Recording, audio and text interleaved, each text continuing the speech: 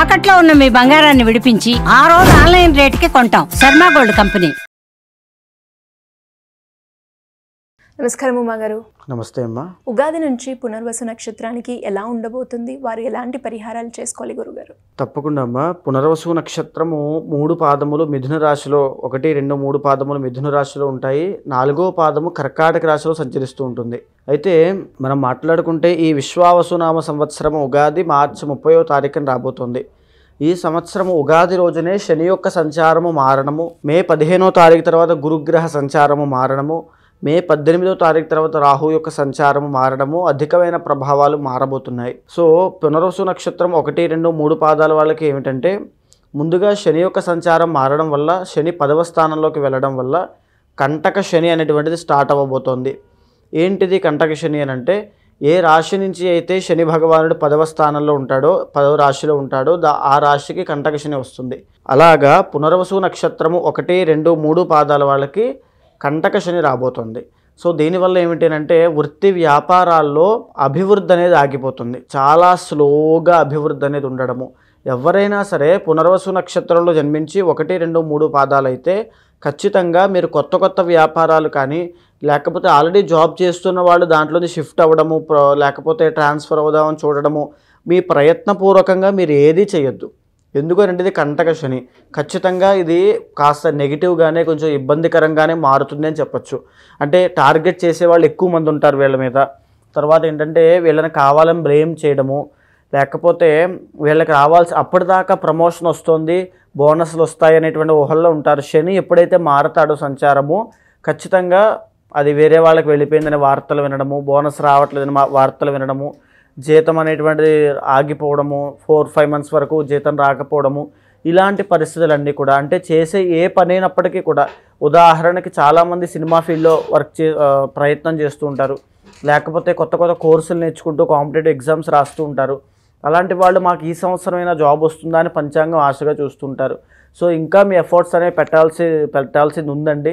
So ఇంకా time ఉంది. ఖచ్చితంగా మీరు అనుకున్న విజయాన్ని సాధిస్తారు. కానీ ఇప్పుడు ఈ గురుబలం లేకపోవడం కానీ, శని యొక్క సంచారం బాగాలేకపోవడం కానీ మీకు కాస్త నిరాశను అందిస్తాయని చెప్పొచ్చు.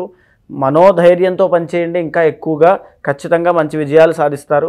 అయితే గురుడు మే 15వ తారీఖు తర్వాత లగ్నంలోకి, మిథునంలోకి ఎప్పుడైతే ఎంటర్ అవుతున్నాడో, దానివల్ల ఏం జరుగుతుంది అంటే, ఇప్పటిదాకా ఏదైనా శుభకార్యాలు, ఒక పెళ్ళి అనుకున్నారు, ఎంగేజ్మెంట్ అయిపోయింది, ఇంకా రాబోయే 10వ తారీఖు రోజు మా పెళ్ళి ఉంది అనుకుంటూ ఉంటారు.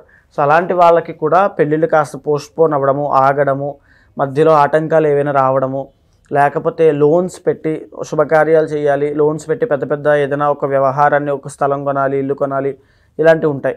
అవి కూడా పోస్ట్పోన్ అవ్వడము, అవి కూడా చాలా డిలే అవుతూ ఉండడము, పనులు ముందుకు వెళ్ళలేకపోవడము. ఇంకొక సలహా ఏమిటంటే నేను ఇచ్చేది, మీది పునర్వసు నక్షత్రం అయితే ఈ సంవత్సరం డబ్బులు అధికంగా ఖర్చు పెట్టద్దు. ఎక్స్పెండిచర్ విషయంలో చాలా జాగ్రత్త వహించండి. లేదు అనుకుంటే చాలా ఇబ్బందులు పడతారు. బికాజ్ ఫ్లో ఆఫ్ ఇన్కమ్ అనేది తగ్గుతుంది. ఒక పక్క ఇన్కమ్ లేదు, ఒక పక్క శని యొక్క బలం లేదు. ఇంకో విషయం చెప్పాలి అంటే, రాహు ఇచ్చేటువంటి బలం కూడా లేదు. బిగ్గెస్ట్ ప్లానెట్స్ అయిన 3 ప్లానెట్స్ కూడా బలంగా లేవు. రాహు 9th హౌస్లో ఉండడం వల్ల ఏం జరుగుతుంది, మీరు ఏదైనా ఒక చీటీ కట్టడానికి డబ్బులు పెట్టుంటారు ఆల్రెడీ, లేదు దేంట్లో అయినా ఒక చిన్న ఇన్వెస్ట్మెంట్ పెట్టుంటారు ఆల్రెడీ, లేకపోతే ఏదైనా బ్యాంకులో పెట్టడం కానీ, ఏదో ఒకటి డబ్బులు పోగవడం కోసం ఎక్కడొకటి పెట్టుంటారు. అవన్నీ కూడా నష్టపోవడము, లేకపోతే ఎవరికైనా అప్పుగా ఇచ్చుంటారు, అవన్నీ రాకపోవడము, సమయానికి డబ్బు అందకపోవడము, డబ్బులన్నీ ఇరుక్కుపోవడము, ఈ రకమైన ఇబ్బందులన్నీ వచ్చే అవకాశాలు ఎక్కువ ఉంటాయి. కోర్టు వ్యవహారాల్లో ఇబ్బంది, కాస్త నిరాశ, అపజయములు, తర్వాత చదువుకునే వాళ్ళకి కాస్త ఇబ్బందులు, మ్యారీడ్ లైఫ్లో కాస్త.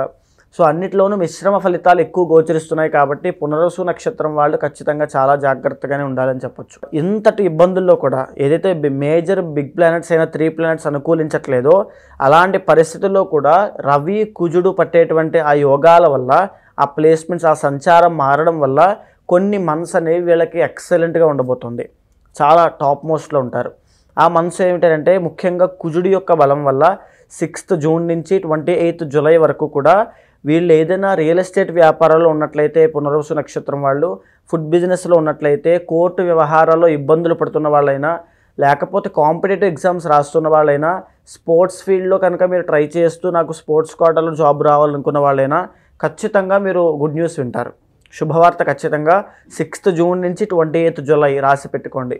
తర్వాత మళ్ళీ ఇలాంటి యోగమే కుజుడి యొక్క బలం వల్ల 27th జూలై దగ్గర నుంచి 7th డిసెంబర్ దాకా కుజుడి బలం పెరగబోతోంది.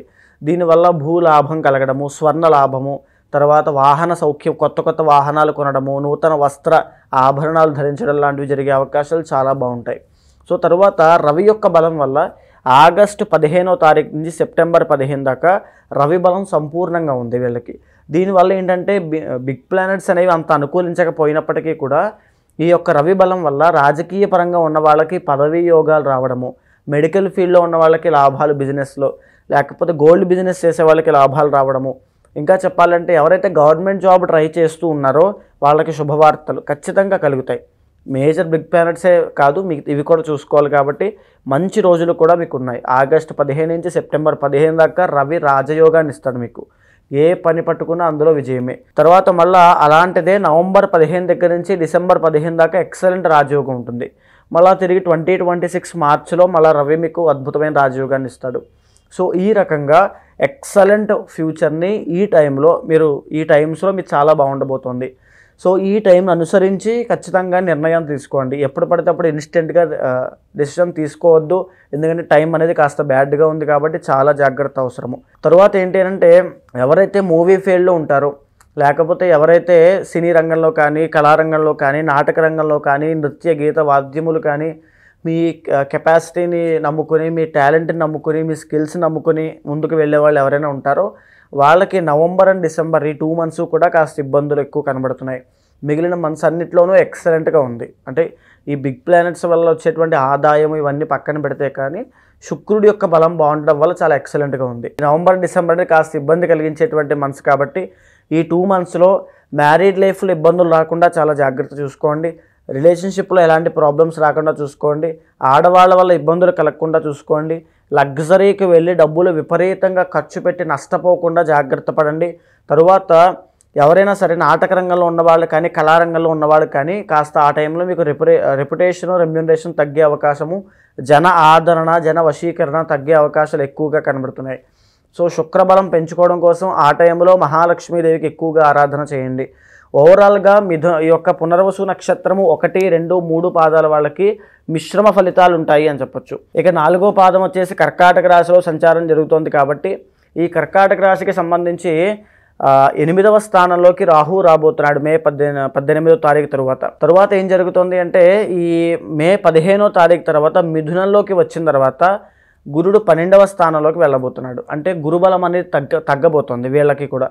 సో ఏం జరుగుతుంది అంటే ఏదైనా ఒక శుభ కార్యక్రమాలకి కానీ, ఇంట్లో కొత్త వస్తువులు కొనడానికి కానీ, దేనికో దానికి తీవ్రమైనటువంటి అధికమైన ఖర్చులు అయిపోతాయి. డబ్బులు రూపాయి కూడా నిలబడదు, అంత తీవ్రమైన ఖర్చులు అయిపోతాయి. సో అస్సలు డబ్బుల విషయంలో ఫైనాన్షియల్ మేనేజ్మెంట్ అనేది చాలా చాలా జాగ్రత్తగా చూసుకోండి ఈ సంవత్సరం. బికాస్ గురుబలం అనేటువంటిది లేదు. ఈ ఖర్చులు అనేటువంటిది మే 15 దగ్గర నుంచి అక్టోబర్ దాకా తీవ్రంగా ఉండే అవకాశం ఉంది. తర్వాత ఏమిటంటే కర్కాటక రాశి వాళ్ళకి ఈ యొక్క పునర్వసు 4వ పాదం కర్కాటకంలో ఉంటుంది కాబట్టి వీళ్ళకి ఏంటి అంటే అష్టమ శని వెళ్ళిపోబోతోంది. సో శని భగవానుడు 9th రాబోతున్నాడు. సో అంత యోగించకపోయినా దోషం కూడా ఏముండదు, మిశ్రమ ఫలితాలు ఉంటాయి. తర్వాత అష్టమంలో రాహు, అత్యాశకు వెళ్ళొద్దు. 4వ పాదం వాళ్ళు అస్సలు అత్యాశకు వెళ్ళారంటే నష్టపోతారని చెప్పొచ్చు. తర్వాత ఇంకా చెప్పాలి అంటే ఇంతటి ఇబ్బందుల్లో కూడా వీళ్ళకి కూడా అద్భుతమైన రాజయోగం పట్టేటువంటి స్థితులు కొన్ని ఉన్నాయి. అయితే మాట్లాడుకుంటే 28th జూలై దగ్గర నుంచి 13th సెప్టెంబర్ దాకా కుజుడి యొక్క బలం వల్ల భూలాభాలు, స్వర్ణ లాభాలు, వాహన లాభాలు కలిగే అవకాశం ఉంటుంది. ఎవరైనా రియల్ ఎస్టేట్ రంగంలో ఉంటే ఈ టైం పీరియడ్లో ఇన్వెస్ట్మెంట్స్ చేయండి, ఖచ్చితంగా అధిక లాభాలు వస్తాయి. తర్వాత మళ్ళీ ఇలాంటి యోగమే 7th డిసెంబర్ దగ్గర నుంచి 15th జనవరి వరకు అద్భుతంగా యోగిస్తోంది. మళ్ళీ రియల్ ఎస్టేట్ ఇన్వెస్ట్మెంట్స్ కానీ, లేకపోతే ఫుడ్ బిజినెస్లో కానీ అద్భుతంగా రాణించడము, కోర్టు వ్యవహారాలన్నీ కూడా కొలిక్కొచ్చి మీకు విజయాన్ని ప్రసాదించడము, శత్రువుల మీద మీ యొక్క ప్రత్యర్థుల మీద మీ యొక్క ఆధిక్యత ప్రదర్శించి విజయ పరంపరను కొనసాగించడము. తర్వాత కుజుడి యొక్క బలం వల్ల కలహాలు, తగాదాల నుంచి బయటికి వచ్చి ఒక ప్రశాంతమైన జీవితాన్ని గడపడము, ఆరోగ్య సమస్యలు తగ్గడము, తర్వాత దీర్ఘకాలిక ఆరోగ్య సమస్యలు అయినప్పటికీ కూడా దానికి త్వరితంగా ఉపశమనం పొందడం లాంటివి ఈ టైం పీరియడ్లో ఖచ్చితంగా జరుగుతాయి. ఇక రవి రాజయోగాన్ని ఇవ్వడం వల్ల ఏప్రిల్ 15 దగ్గర నుంచి జూన్ 15 దాకా రాజయోగము, కార్యసిద్ధిని పొందేటువంటి రాజయోగం 4వ పాదం వాళ్ళకి. రాజకీయ పరంగా పోటీ పరీక్షల్లో కానీ లేకపోతే మెడికల్ ఫీల్డ్లో కానీ గోల్డ్ ఫీల్డ్లో కానీ వీళ్ళు అద్భుతంగా రాణించగలుగుతారు. మళ్ళీ ఇలాంటిది సెప్టెంబర్ 15 నుంచి అక్టోబర్ 15 దాకా అద్భుతంగా రాణిస్తుంది.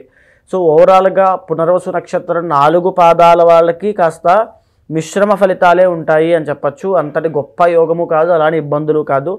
సో పునర్వసు నక్షత్రం వాళ్ళు ఏం చెయ్యాలి అని అంటే వీళ్ళ జీవితంలో ఒక్కసారైనా శ్రీరుద్ర యాగము అనేటువంటిది తప్పకుండా ఆచరించాలి.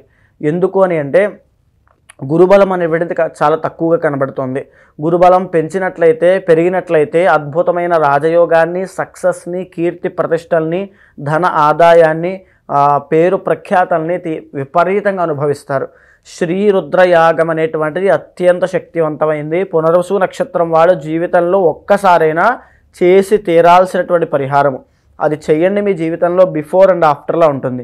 ఈవెన్ విశ్వావసునామ సంవత్సరమే కాదు, ఎప్పుడైనా సరే శివుడి యొక్క ఆది దంపతుల యొక్క అనుగ్రహం కావాలంటే శ్రీరుద్ర యాగం మీరు మస్ట్ అండ్ షుడ్గా చేయాలి. మరి ఇలా ఎవరికైనా కూడా జాతకరీత్యా కనుక వాళ్ళు ఎదుర్కొన్న సమస్యలకి పరిష్కారం కోసం మిమ్మల్ని అప్రోచ్ అయ్యి మీ గైడెన్స్ కావాలి అంటే ఏ విధంగా మిమ్మల్ని అప్రోచ్ అయ్యే ఛాన్స్ ఉందంటారు గురుగారు? తప్పకుండా అమ్మ.